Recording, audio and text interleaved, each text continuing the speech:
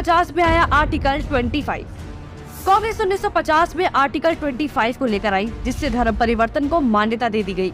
और सबसे ज्यादा किसका धर्म परिवर्तन हुआ ये सब जानते हैं, लेकिन ये तो सिर्फ शुरुआत थी। नेहरू 1950 में आर्टिकल 28 लेकर आए और हिंदुओं से धार्मिक शिक्षा का हक छीन लिया। लेकिन आर्टिकल 30 के तहत अल्पसंख्यक अपनी धार्मिक शिक्षा दे सकते हैं। धार्मिक शिक्षा के बाद निशाने पर थी धार्मिक संस्थाएं। 1951 में HRCE एक्ट, 1951 में Hindu religious and charitable endowment act लेकर आए। उन्होंने कारण दिया कि बड़े मंदिरों का रखरखाव सही से हो सके, लेकिन इसकी आड़ में कब्जे कर लिए, जिसके तहत भारत में मौजूद बड़े बड़े मंदिरों का प्रबंध सरकार ने अपने हाथों में ले लिया और मनमाने ढंग से इनकी संपत्ति का दुरुपयोग किया। और ये सिर्फ हिंदुओं के मंदिर पर लागू था, बाकी धर्मों या धार्मिक स्थल पर लागू नहीं था। 1956 में हिंदू कोड बिल आया। 1956 में नेहरू सरकार हिंदू कोड बिल लेकर आई, लेकिन अल्पसंख्यकों के लिए इन्होंने पर्सनल लॉ बोर्ड को बिल्कुल हाथ नहीं लगाया। मतलब एक ही है, देश में एक जाति कर संविधान कानून से और दूसरी अपने धर्म के कानून के हिसाब से, और आज भी यूनिफॉर्म सिविल कोड से कतराते हैं। कांग्रेस ने लगाई आरक्षण की आग। कांग्रेस आरक्षण लेकर आई, जिससे हिंदुओं को बांटने का काम किया गया, जिससे सबसे बड़ा नुकसान हिंदुओं को हुआ। आरक्षण की देश में जरूरत थी, लेकिन मक्कार कांग्रेसी इस योजना को 10 साल लागू करने की बजाय इसे बढ़ाते चले गए और न ही इससे लोगों को सशक्त बना पाए, जबकि लोगों को इसकी लत लगा दी गई। इंदिरा का कार्यकाल। साल 1976 में इमरजेंसी के दौरान ही इंदिरा ने संविधान में सेक्युलर शब्द को जबरदस्ती घुसा दिया, जिसको लेकर संसद में कोई चर्चा तक नहीं हुई। मतलब कि हिंदू बहुसंख्यक होते हुए भी भारत हिंदू देश नहीं कहलाया जा सकता, जबकि आप हमारे आसपास देखेंगे तो सभी मजहबी देश हैं, लेकिन हिंदुओं के लिए कोई देश नहीं बचा। इसके बाद हिंदुओं के कानूनी अधिकार और इतिहास निशाने पर थे। 1991 में पूजा स्थल कानून। 1991 में कांग्रेस ने पूजा स्थल कानून बनाया, जो बेहद हिंदू विरोधी कानून था, क्योंकि इस कानून के तहत हिंदू, सिख और जैन मुगलों के कब्जे से मंदिरों को छुड़ाने के लिए लड़ाई ही नहीं लड़ सकते। उनके पास दलील सुनने का कोई कानूनी अधिकार ही नहीं छोड़ा गया। हमने लाखों मंदिर और उनका इतिहास खो दिया। 1992 माइनॉरिटी कमीशन एक्ट। कांग्रेस ने अल्पसंख्यक आयोग अधिनियम बनाने के बाद अल्पसंख्यक आयोग बना दिया। ऐसा करके कांग्रेस ने धर्म विशेष के लोगों को स्पेशल दर्जा तो दिया ही, हिंदुओं को बांट दिया, जिसके तहत सरकार की हर योजना का सबसे ज्यादा फायदा धर्म विशेष के लोगों को ही मिलता है, जिससे कांग्रेस ने सांप को भी मार दिया और लाठी को भी नहीं टूटने दिया। मतलब साफ है, हिंदुओं को भी बांट दिया और धर्म विशेष के लोगों को भी खुश कर दिया। जब देश सेकुलर बना दिया तो मेजॉरिटी और माइनॉरिटी की जरूरत ही क्या थी। 1995 में वक्फ बोर्ड कानून। 1995 में वक्फ बोर्ड कानून बनाकर कांग्रेस ने एक और महापाप किया। वक्फ बोर्ड को असीमित शक्ति दे दी गई। आज स्थिति ये है कि वक्फ बोर्ड किसी भी संपत्ति पर दावा कर दे तो कोर्ट से भी कोई मदद नहीं मिलेगी।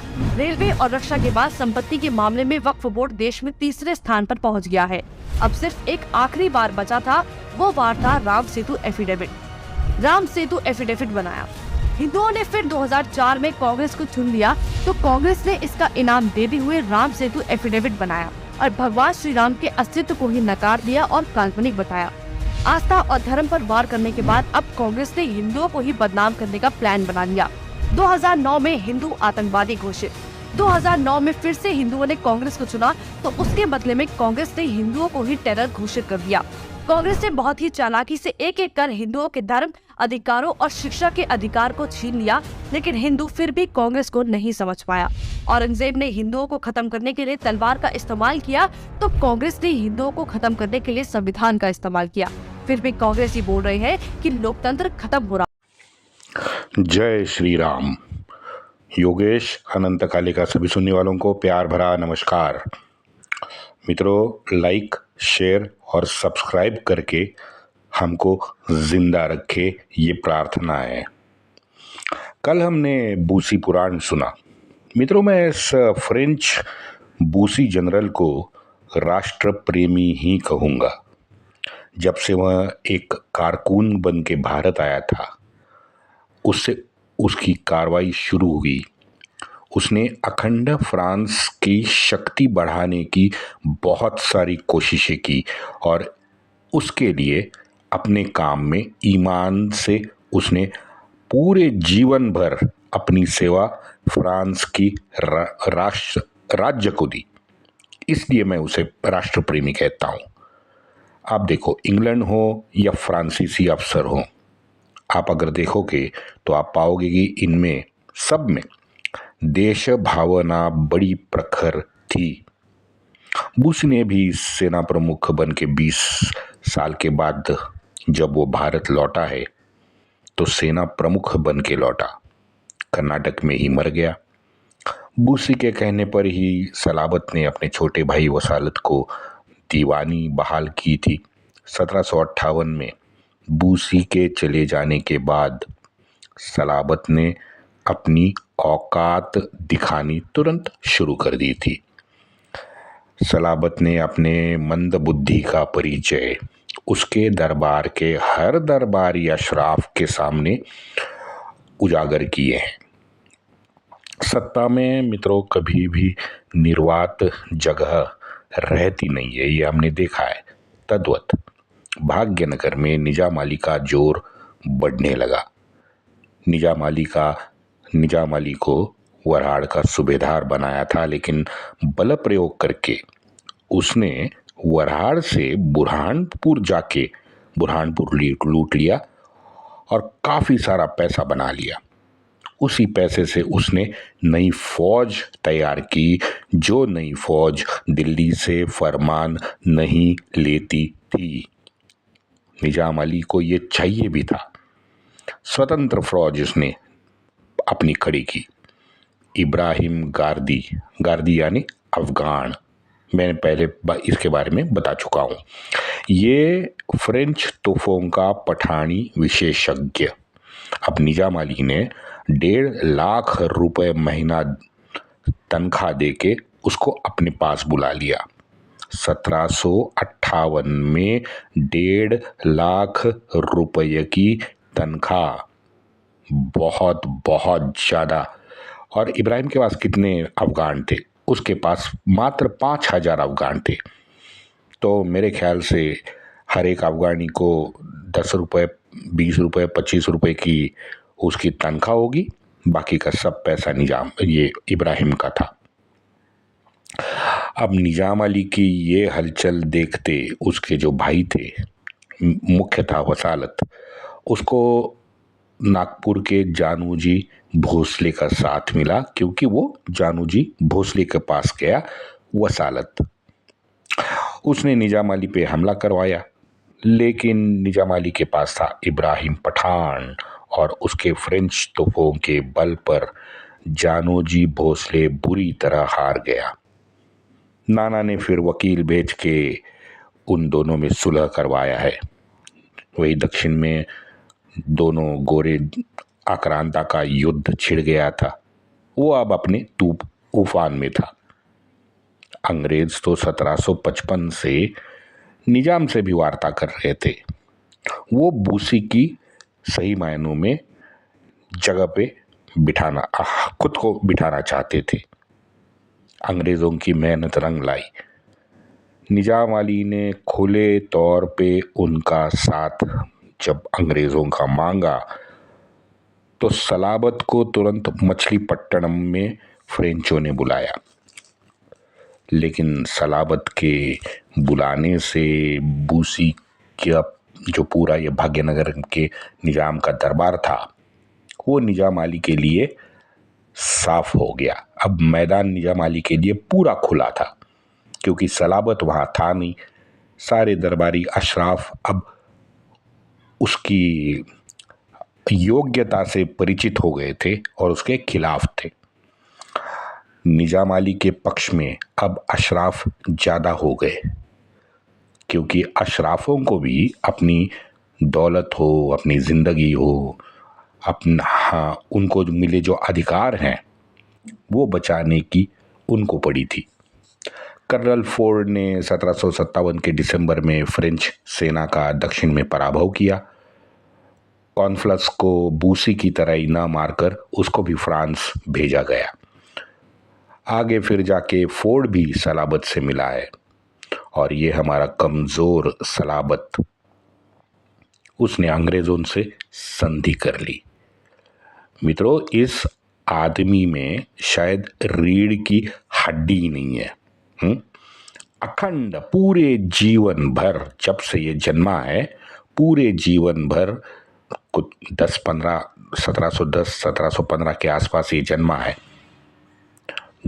अखंड जीवन भर दूसरे, और वो भी काफिरों की मदद लेके इसने अपनी जिंदगी काटी है। बताओ, जैसे ही अंग्रेजों से संधि करके सलाबत भाग्यनगर पहुंचा, निजाम अली ने उस पे भाग्यनगर में धावा बोल दिया, अपने ही भाई पे निजाम अली ने धावा बोल दिया।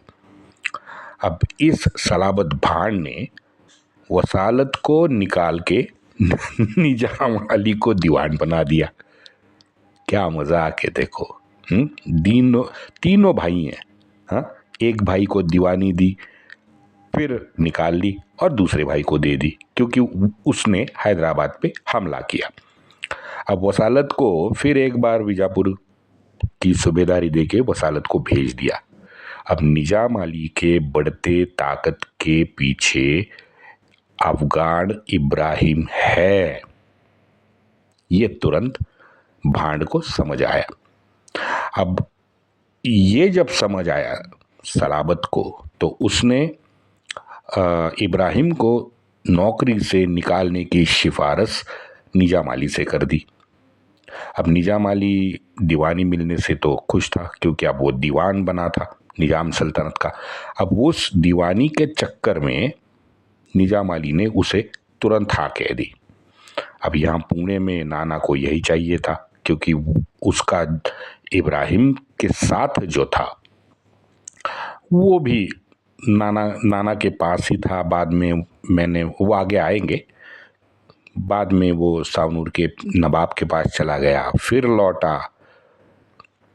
लेकिन यहाँ मैं इब्राहिम की बात कर रहा हूँ।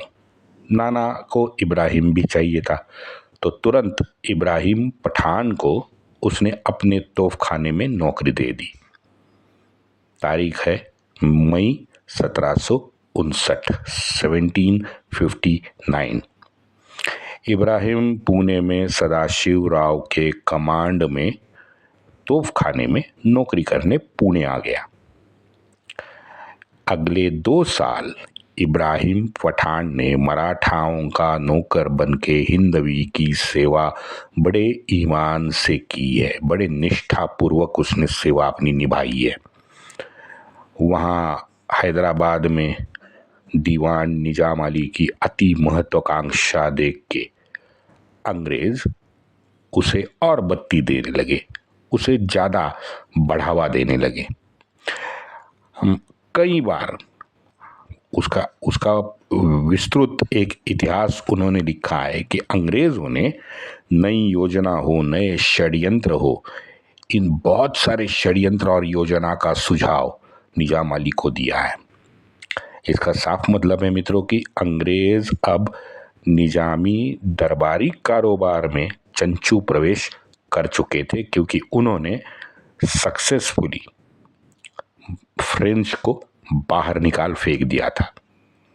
निजाम अली का भाग्यनगर हैदराबाद में प्रभाव बढ़ने लगा और 1762 आते आते सलाबत को भी ये एहसास हो गया कि भाई मेरा समय अब समाप्ति की ओर शायद है। हुआ भी यही।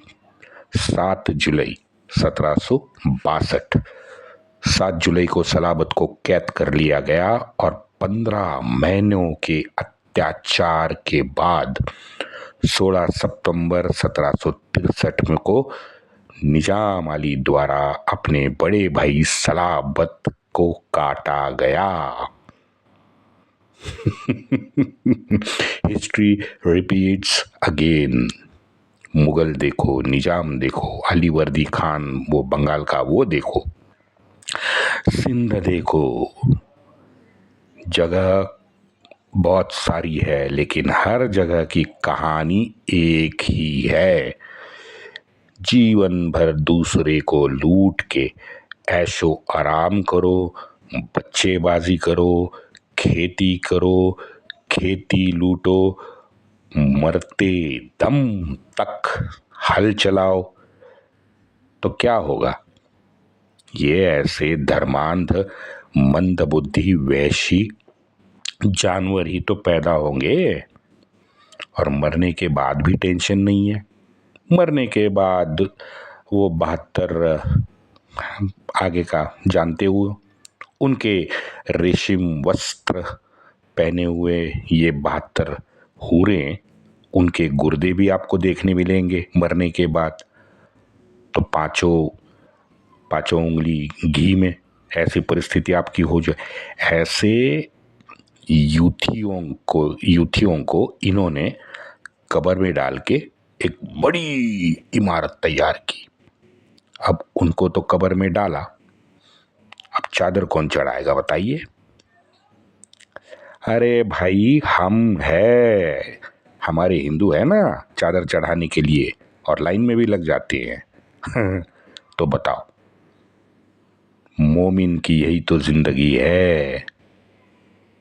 लेकिन हमारे हिंदू तो चद्दर चढ़ाएंगे क्योंकि डीएनए एक ही है ना, और सारे वसुंधरा के कुटुंब प्रमुख तो हम ही हैं। अब ये सब मित्रों आप देखेंगे तो आपका बीपी भी चढ़ेगा।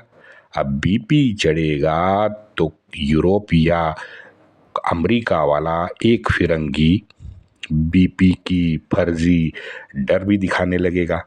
अब डर दिखाने लगेगा तो महंगी गोली भी बेचेगा। शिकार कौन बनाएगा यार? सच में कह रहा हूं, सारे विश्व का चारा बस हम ही हिंदू हैं। आज तक यही होते आ रहा है गत 500 साल से। चलो छोड़ो। 1763 में सलाबत का शिरच्छेद करके निजाम के दरबार में गद्दी पे विराजमान हुआ। और एक महत्वपूर्ण बात निजाम अली ने की, उसका दीवान था विट्ठल सुंदर, मैंने बताया था आपको। इस दीवान विट्ठल सुंदर को उसने सबसे ज्यादा तवज्जो देके वसालत को विजापुर ही रखा। ये भी एक अजूबा है। जिस वसालत ने बचपन से निजाम अली का साथ दिया था, उसने भाग्यनगर दरबार से वसालत को दूर रखा और दीवान विट्ठल सुंदर को बनाया। मित्रों, 1500 साल यानी आप अगर देखोगे, 1000 साल देखो, चलो 1000 साल का हिसाब देखो, हर कोई मोमिन नवाब, उसका प्रशासकीय काम करने वाला एक हिंदू ही आपको मिलेगा। चाहे खिलजी हो, तुगलक हो, गुलाम हो, मुगल हो, कोई भी हो, नागरिक कामकाज का पूरा जिम्मा एक हिंदू ही उठाते हुए आपको दिख जाएगा। अंग्रेजों की बात अलग नहीं है। नागरिक कामकाज का ये पूरा जिम्मा अंग्रेजों ने भी हमारे सनातनी के कंधों पे ही रखा है।